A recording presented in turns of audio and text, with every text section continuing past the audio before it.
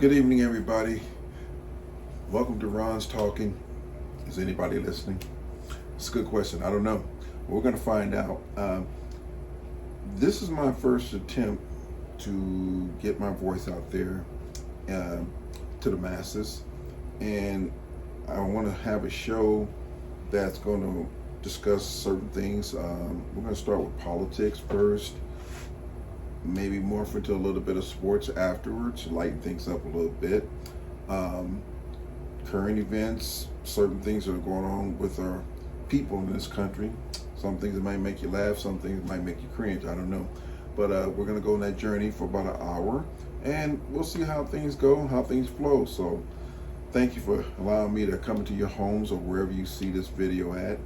And I want to just start off first, though, thanking my good Lord above for giving me the opportunity to do this.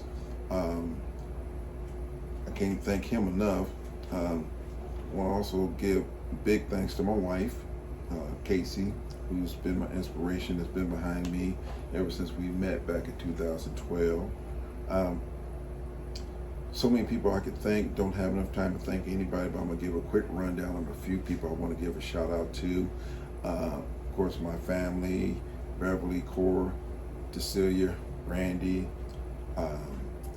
Cynthia, my late brother Vincent, my mom and dad.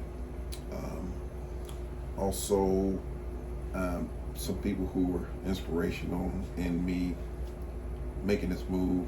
I can't forget about my barber, Kez, his other two barber colleagues, Twan and Mark. I want to give a shout out to some of the people I consider as media mentors, cast and crew members of MSNBC, Rachel Maddow, Lawrence O'Donnell, Stephanie Rule. God, there's so many of them that I really enjoy watching. Texas Paul on YouTube.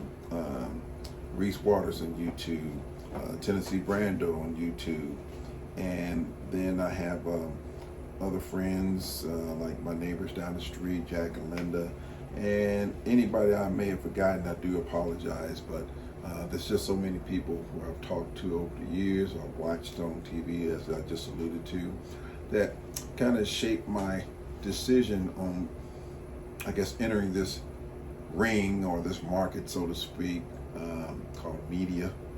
And I got to the point where I know I was talking to a lot of people, but I was just burning up inside every day when I watched this I guess, I don't want to really use a lot of profanity, but this shit show called the Trump, I guess, the Trump regime, if you will. He doesn't have an administration right now anymore, but when he was president, it was just horrible to most of us who feel the way I feel, which we're just looking for honesty, truth, character, morals, integrity, all of those intangibles that that man does not possess.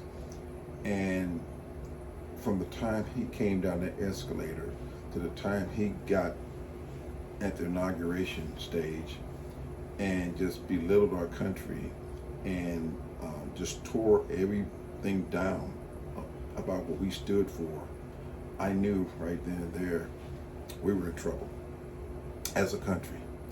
I'll never forget the day I saw those two gay guys on the airplane. I don't know if anybody remembers that. I believe it was in 2016, maybe a few weeks after he was sworn in, and they allegedly looked back at Ivanka and Jared, her husband, Trump.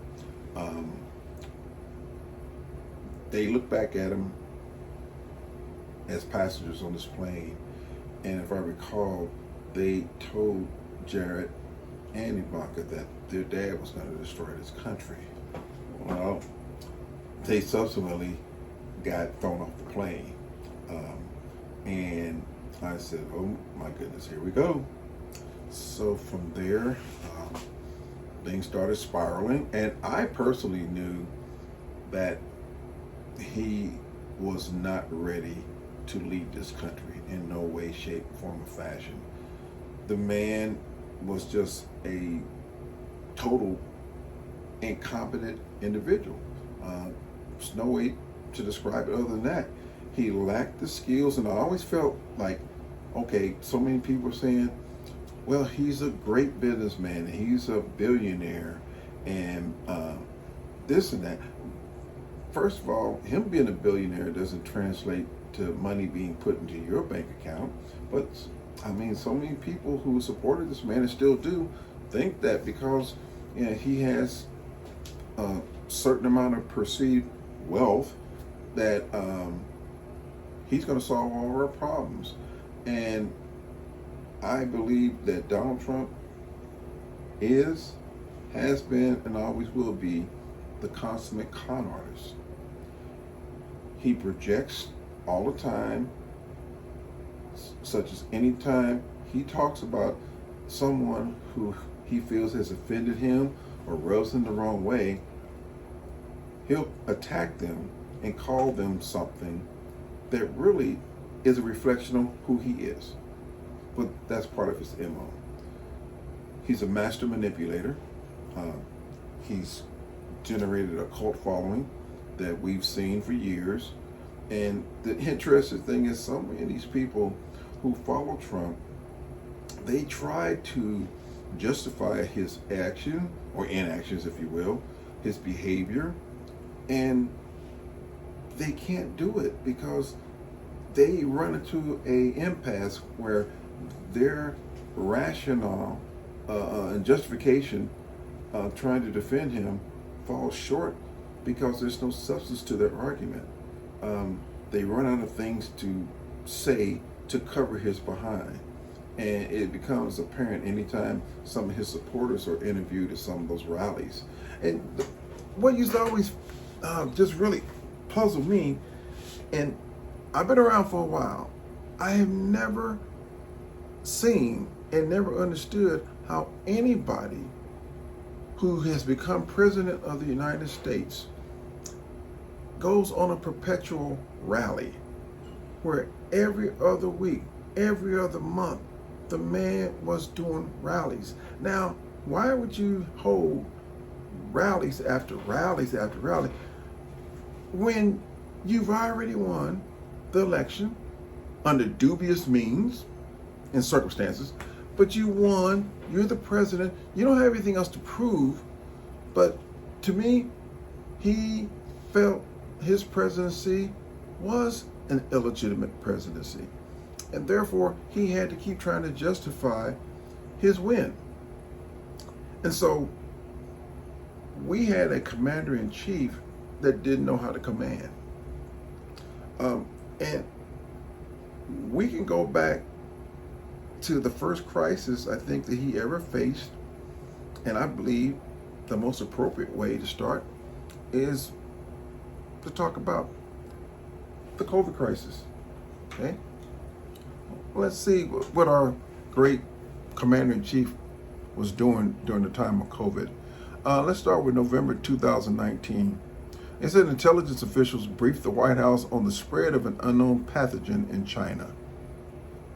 December 2019, intelligence officials reportedly and repeatedly briefed the National Security Council and other government officials about the developing outbreak. Early January, intelligence officials include a detailed explanation of the developing outbreak in the president's daily brief. January the 2nd, CDC director contacts the National Security Council to warn of the spread of an unknown pathogen. Late January, intelligence agencies issue classified warnings about a looming pandemic. Now, this January 21st, that was when the first coronavirus case in the U.S. was identified. Okay. January 29th, a top White House advisor warns of the coronavirus evolving into a full-blown pandemic, imperiling the lives of millions of Americans.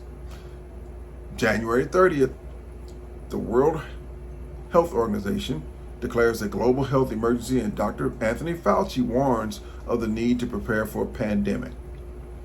We move on to February the 2nd of 2019. Donald Trump stated, "We pretty much shut it down coming in from China." Y'all believe that? Okay, we'll go further. January the 30th. World Health Organization, let me move on. I got sidetracked a little bit. February the 6th. An American citizen dies of the coronavirus in China as Trump praises Xi Jinping on Twitter. Okay. February the 10th. President Trump suggests the virus will go away in April. Poof. Just like magic, of course, right? February the 25th. The CDC warns an outbreak in the U.S. is inevitable and disruptions to delayed life could be severe. What do we do? What did he do? Let's move on. Let's check it out. February the 26th.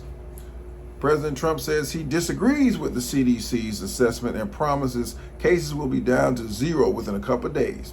Okay? The people, I'm sure they forgot about all that because that was a long time ago in people's minds. It really wasn't that long ago, but it's long enough for people's memories to kind of shorten out a little bit. Because, let's face it, sometimes we don't remember what happened yesterday. But, okay, I digress. All right. February the 27th. The next day, Trump calls the coronavirus crisis a new hoax perpetrated by the Democrats. Okay. In typical Trump fashion, of course. February 29th, first coronavirus death indicated in the United States. Okay. We move on to March the 3rd. President Trump. 6 weeks ago, 8 weeks ago, you never heard of this. March the 6th. Here comes Trump again. We closed it down. We stopped it. And this is in March of 2019. Okay? March the 9th. Trump downplays the coronavirus again by comparing it to the common flu. Okay? March 11th. World Health Organization declares coronavirus a global pandemic. Where was Trump? We'll move on. Okay? March the 26th, the U.S. has more cases than any other country. So from January to March, in about 3 months,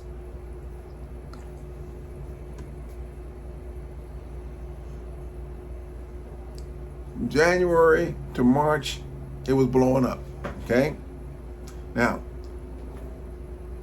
we move on. The U.S. has more cases than any other country, and then on March the 30th, President Trump said, a month ago, nobody ever heard of this. Nobody had any idea. He did, but what did he do? Nothing. But Trump suggests 100,000 American deaths will have been a very good job. So in his feeble mind, he felt like, well, we kept it down to about 100,000 people, so hey, we're doing great. My administration's on top of it, right? March 31st, roughly 80% of all Americans are under lockdown with thousands dead and counting and more coming. So, you get my drift. You get my drift. When the coronavirus was beginning to spread, and even before it spread, this man had no earthly idea what to do. And in true Trump fashion, he panicked. He panicked because, folks, the man should have never been in office in the first place. He should have stayed in New York and continued his grifting and stealing and finagling and conning people out of money like him and his family have been doing for decades, way back then. But no, he got embarrassed by Barack Obama at their White House correspondent dinner years ago, and decided, okay, since Barack Obama, he can't run for office anymore because I'm sure Trump did not want to go up against Barack Obama head to head. So being the con he is, and the conniver he is, he's like just a slippery eel. He was smart enough to figure it out that I'm gonna wait for Obama to leave office because he can't serve another term now, and I'll run against somebody else who happened to be Hillary Clinton. But anyway, the man had no earthly idea on how to run a government. And if you don't believe me, I'll take you back to some of his quote, quote, successful business dealings, okay? Anyway, I'm gonna leave y'all with that for right now. I got more to tell you. Thanks for listening. I'll get back to you. Make sure you subscribe to my channel. I'm just now beginning, just now getting warmed up in the bullpen. I'm just a relief pitcher right now, but I plan on becoming a starter, so y'all just stay tuned, all right? Peace.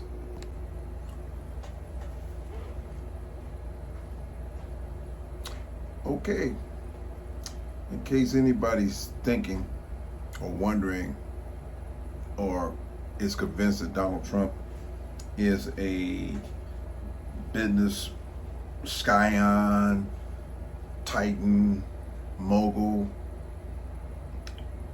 of course he feels like he is. I mean, anything that he normally says that comes out of his mouth, he believes it. He believes that you're going to believe it. So if the lie is told long enough and often enough, he's going to get his fair share of listeners and believers who believe in all his BS. But since there's so many people who are under the impression that he is a gifted businessman and he's a success and he's got that Midas touch, let me give you a little rundown on some of his business accomplishments, and you be the judge, okay? Let's start with the Trump Network.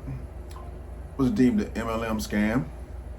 Trump University was a fraud that cost him $25 million. If he was such a great businessman, it was all about honesty and integrity, why would he have to cough up $25 million?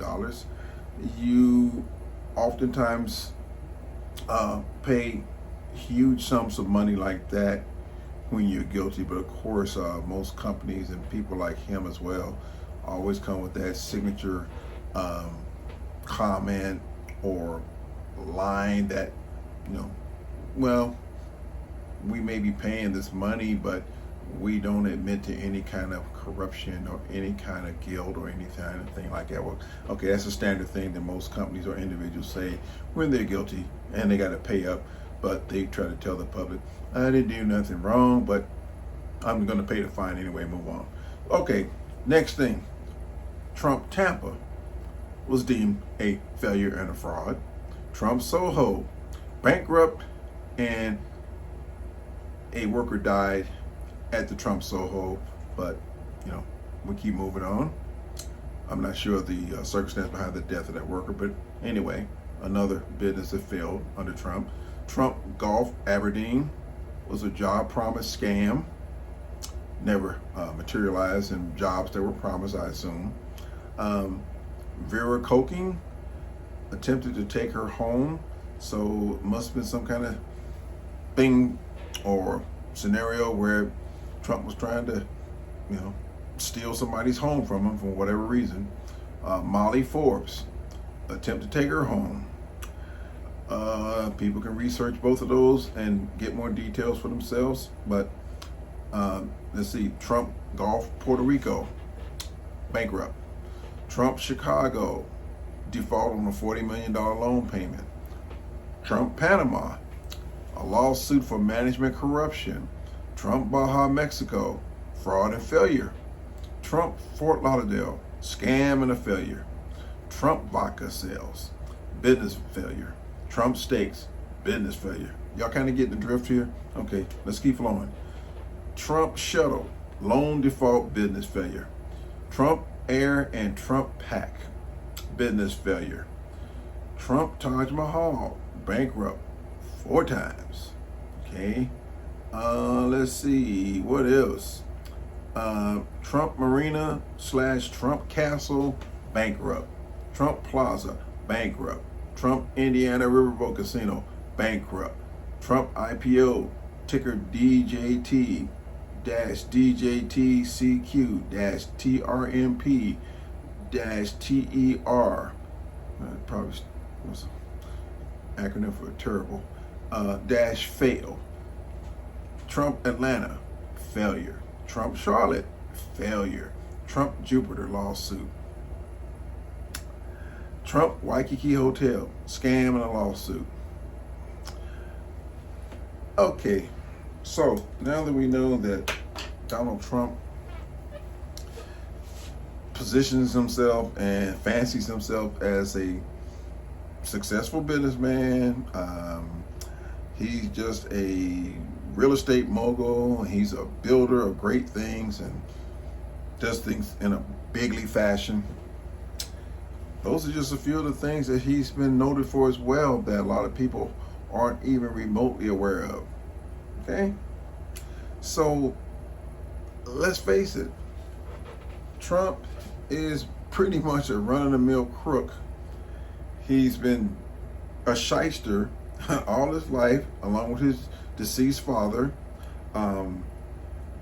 They were embroiled in so many scandals involving housing. You know, back in the day when he was discriminating, him and his father, against minorities for housing issues and purposes. So, I mean, how many times do we got to keep drilling this home to people that the man is a fraud, okay? And he's got money. I'm not going to say the man is broke, of course, but let's face it, from the beginning, he inherited and received money from his father. So he had a silver spoon in his mouth from the day he was born. And it's amazing how he just, pissed off so much money over the years. And, but he's given that impression to the masses who don't understand or even know about his history, that he's been just a great business person who wrote The Art of the Deal, which is supposed to be a blueprint to success. Well, believe what you want. What I do understand about Donald Trump is he is just an individual who is going to continue to tell you how great he is, and the people who follow him like he is Jesus Christ, I think that they just really believe that he is what he is, but they want to believe that he's something great. And he's not, folks. He's not. I'm taking you back in some of his past. We already know what's going on right now in the future with the man. Presently, it's just a mess. It's just a mess. But let me stay in the past a little bit, because people are saying, why you want to keep on relitigating the past, and why you want to keep talking about stuff we already heard before, and blah, blah, blah. May well be true that you heard it before, but some people, they still haven't internalized it. They still haven't accepted it, and they still don't want to believe that the man is a fraud. He knows that there's a lot of individuals who hope in him and really believe in him. The problem with that is he is not equipped to lead anything, or really anybody, except into the abyss. And when you look at the people in his administration, almost from day one, criminals and crooks start just sprouting up like weeds. Starting with General Michael Flynn, who, in my estimation, should be defrocked. He should be punished by the military. He should have all of his. If they want to take his medals away, I ain't gonna shed a tear. But the man should be stripped of his stars, his pension, everything. He lied to the FBI. He pled guilty to criminal wrongdoing. He was going to jail if Trump hadn't plucked him from the fire. And so he turns around after he gets a reprieve from Trump and then starts going on a crusade to attack our government, attack our democracy. He wants to attack the FBI, the Department of Justice, everybody that was going to put his butt in jail where he belonged. He went after him because Trump gave him a get out of jail free card, so now he was free to go ahead and start spouting all of the right-wing rhetoric that he was capable of doing and is still doing with impunity, and it's a shame. It's a shame. You know, he doesn't deserve to even put on a military uniform. The man is nothing but a criminal, just like Trump. Most of the people who were in Trump's orbit, they're either in jail, out of jail, or heading to jail, and some of them are heading for indictments. When you look at the totality of Trump's administration, and even today the people that are surrounding him, they're just a bunch of misfits, liars, crooks, con artists, and they follow their fearless leader to a fault. And the Republican Party has been hijacked by Trump and his minions. And the funny thing is, the way I see it, these people aren't really afraid of Trump, the person. They're afraid of his base. His base, his rabid followers, they will go after people and attack people. And anybody says a cross word about Trump, Lord have mercy, watch out.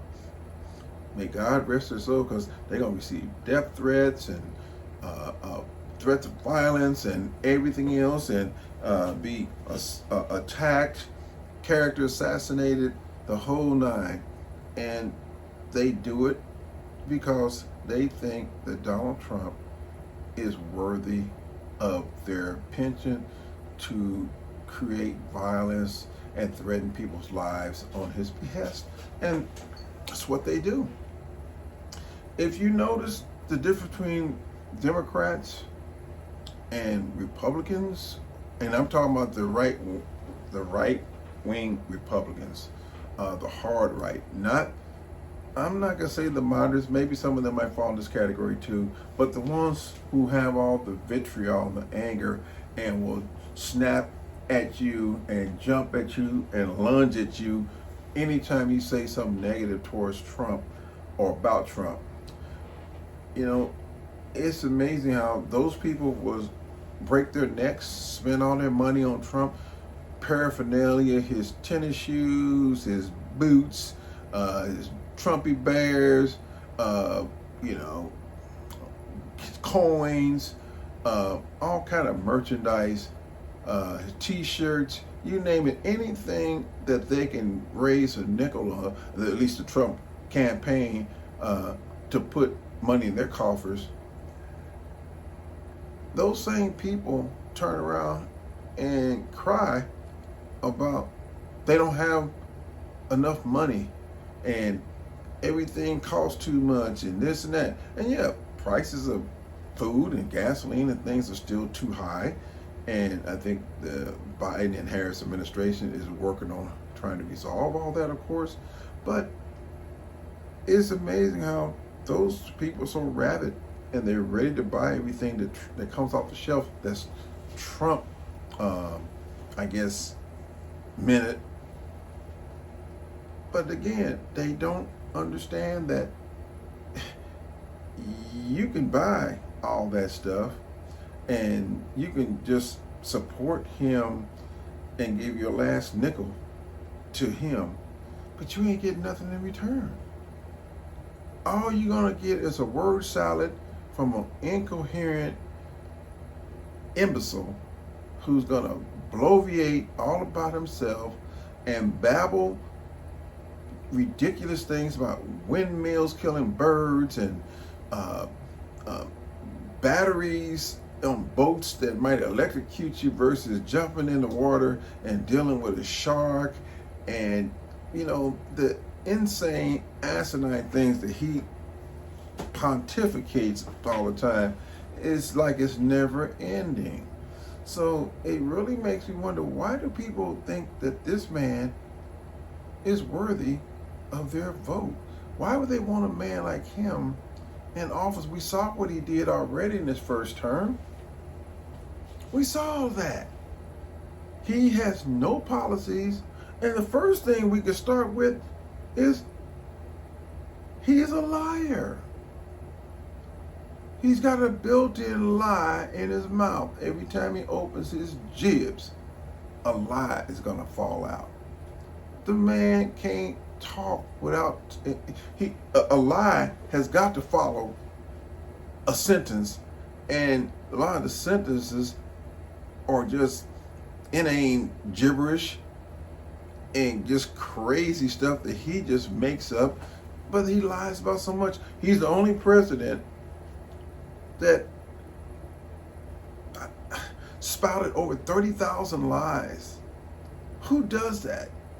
What leader, let alone a president, does that?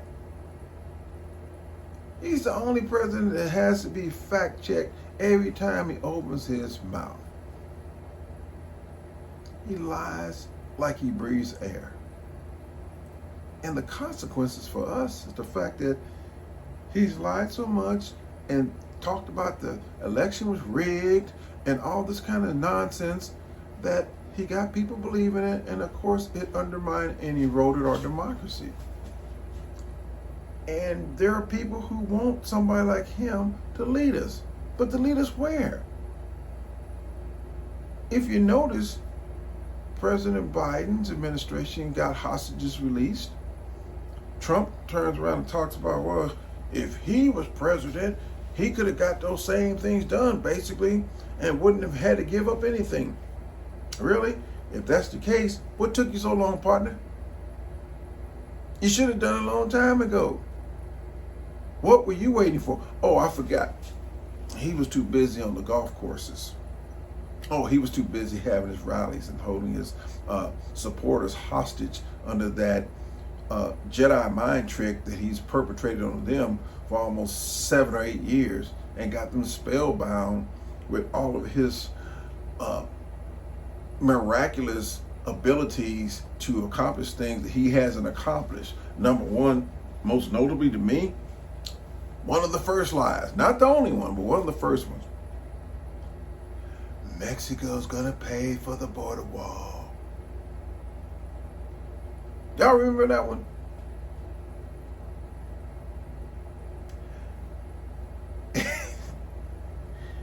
When he said that, everybody knew he was lying.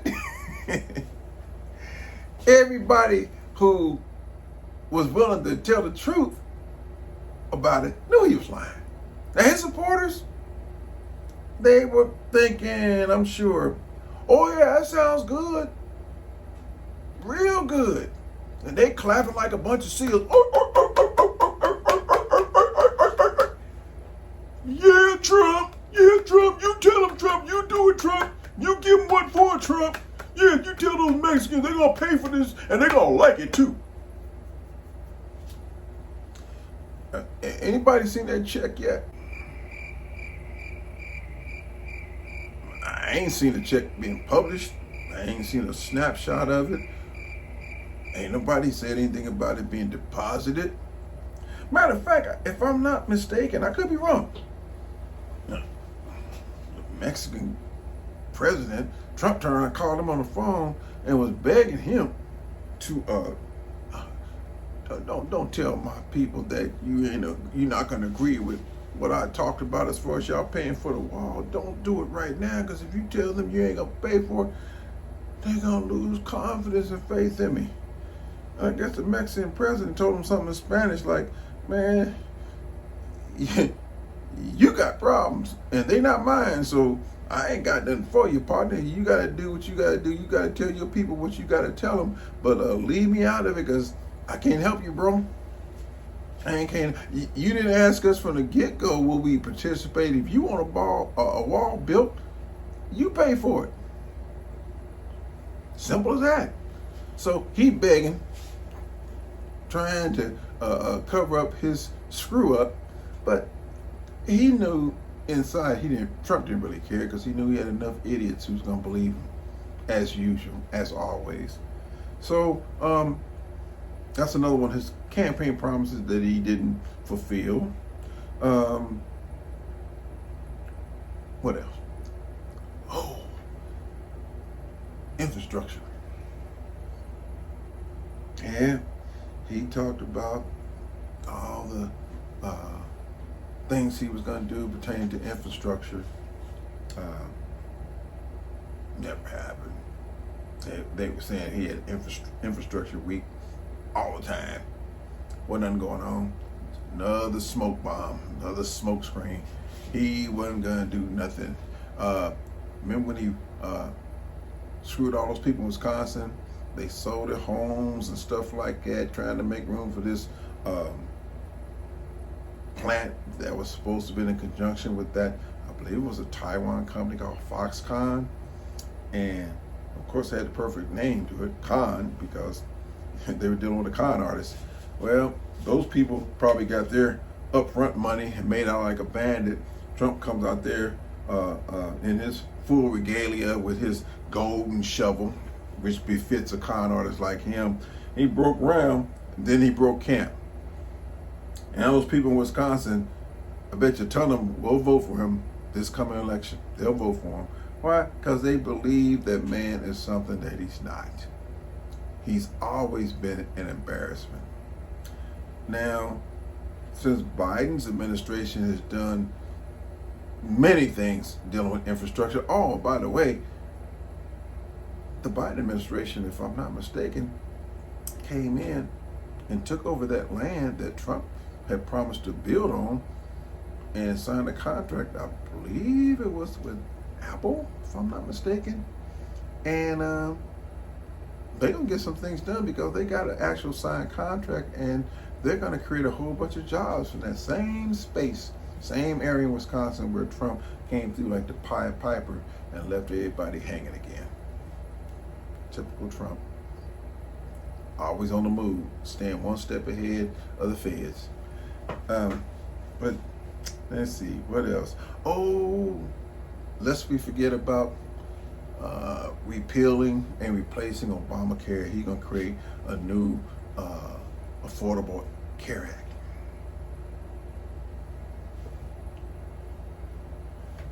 Where are that? Where are that, Republicans? Where's the new health care plan that you Republicans and Trump are going to initiate? Ain't heard nothing but crickets. Every time he's talking about he wants to replace something, the idiot doesn't have anything. Well, let me back it up. He wants to repeal everything, but he ain't got nothing to replace it with. Okay? Typical. But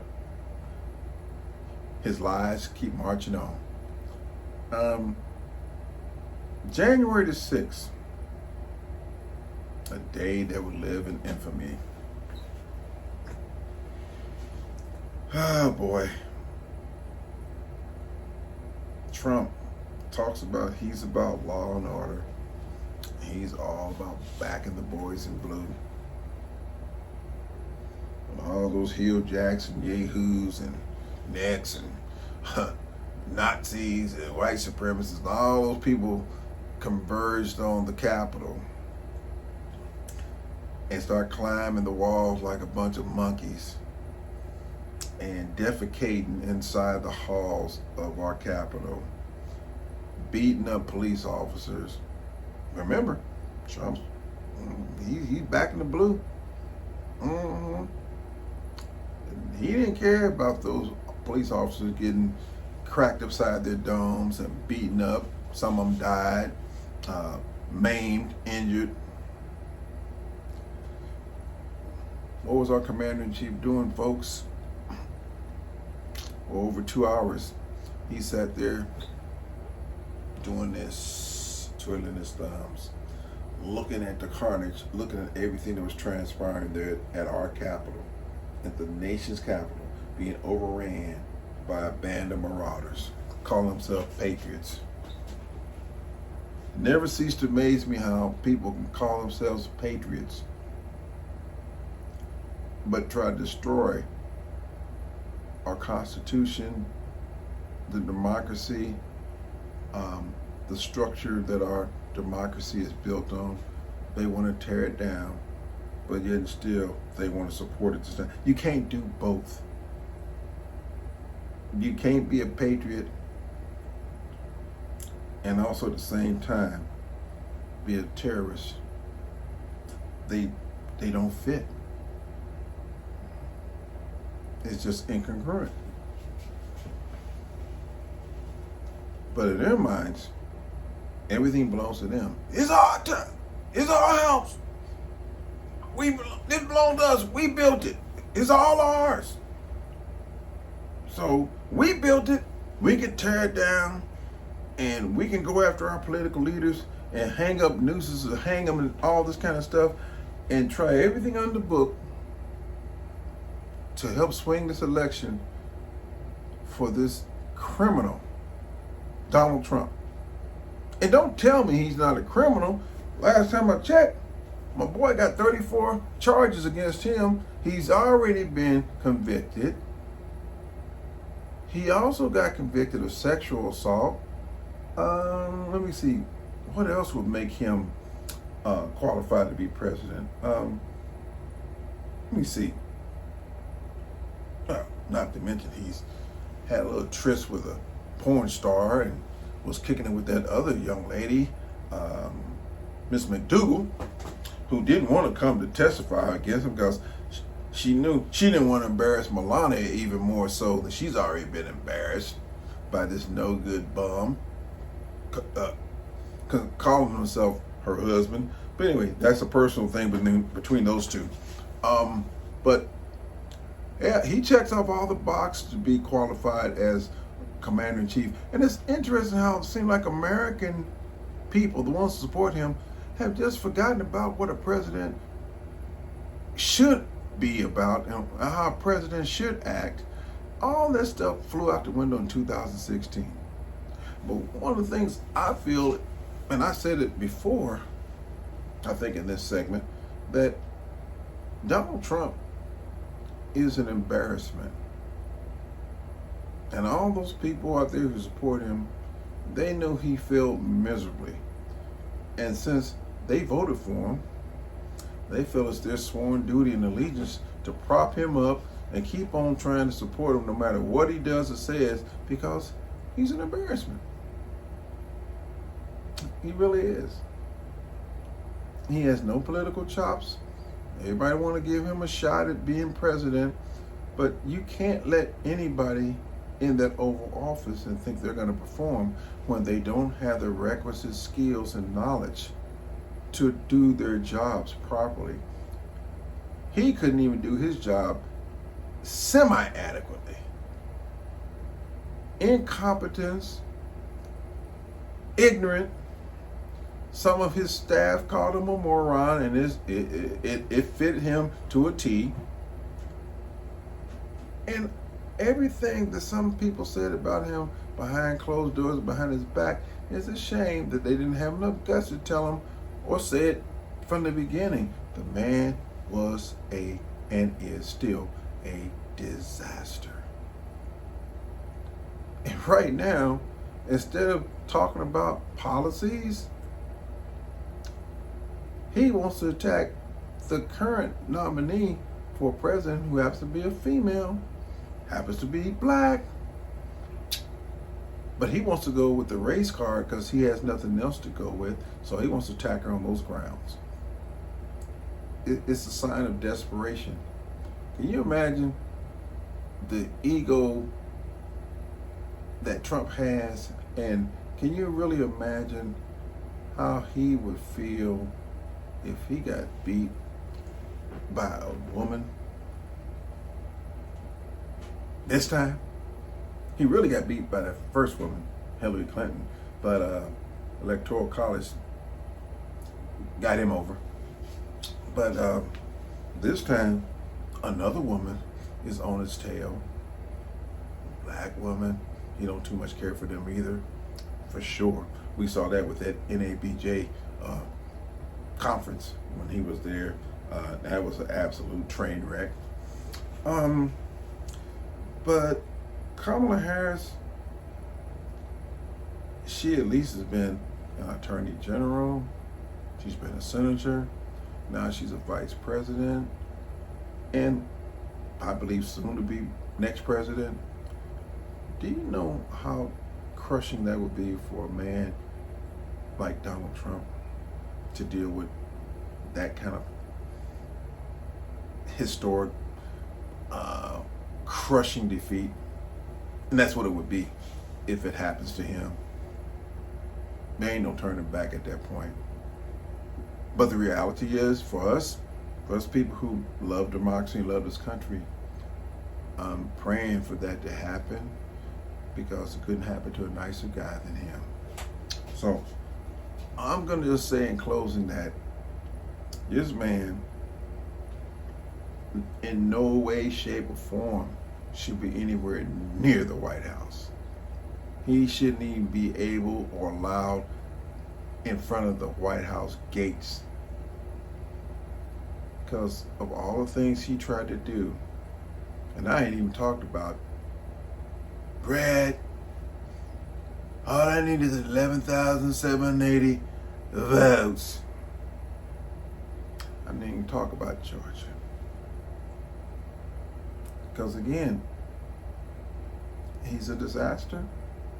And as long as he got a conservative Supreme Court to back him up with, and grant him a portion of immunity to cover his tracks so he won't be punished and put in that orange jumpsuit, he's gonna skate a little while, but it's gonna be very rocky and bumpy. So he's only going for this election and running as a candidate to keep his butt out of jail. And in a way, that's where I kind of hold Merrick Garland accountable for, because he should have acted a couple years ago before Trump even announced that he was going to run.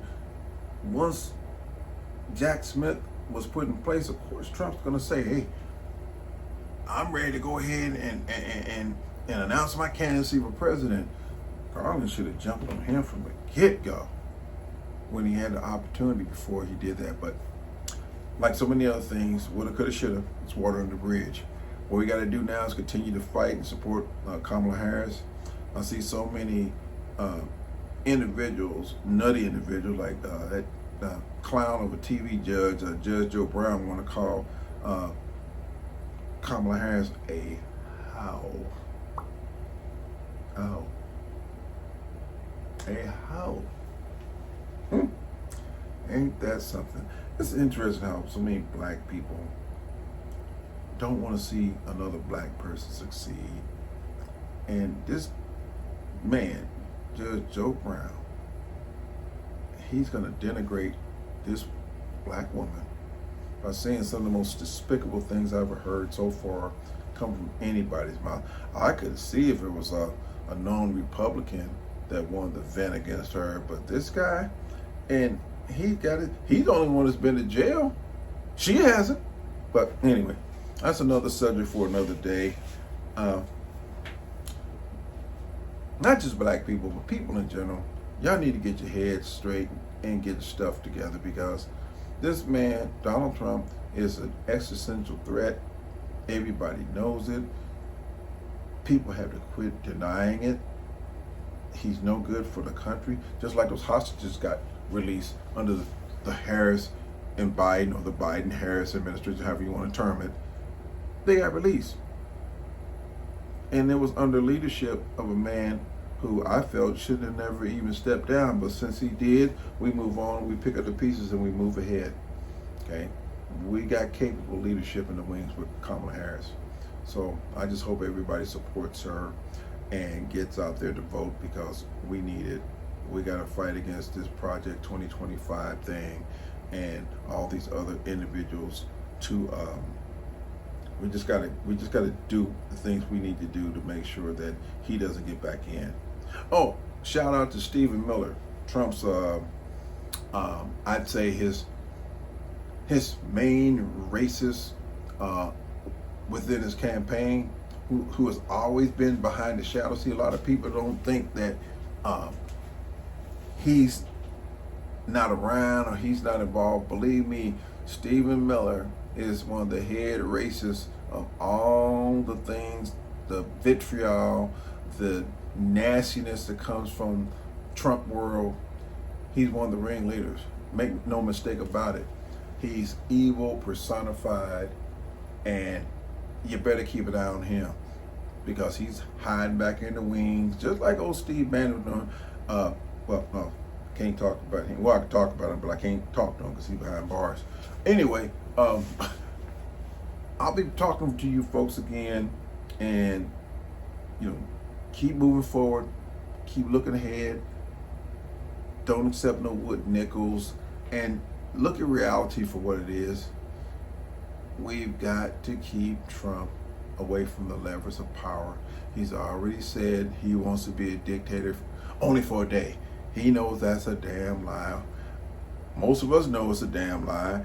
You know why we know it's a lie? Because it came out of his mouth. Okay. Also, notice that he wants to debate Kamala Harris on his terms on the 4th of September under a friendly host of Fox people, Brett Baer and Martha McCallum.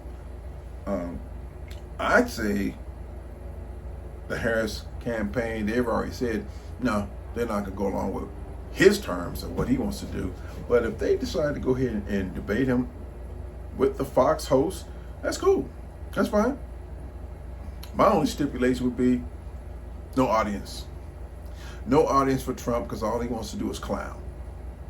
He wants to get his clown on, and he wants to act a fool, and everybody know what happened.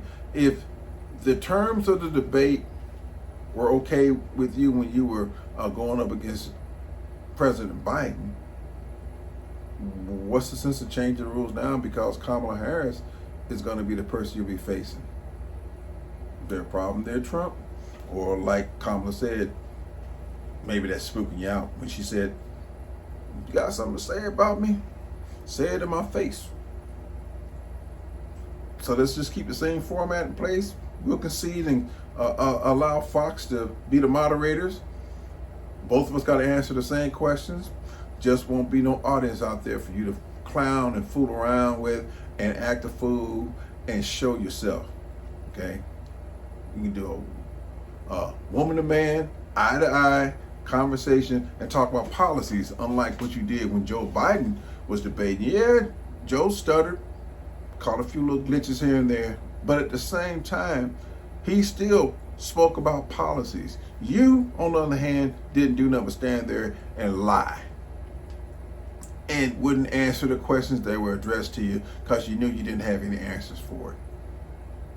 A pathological liar. You'll always be a liar.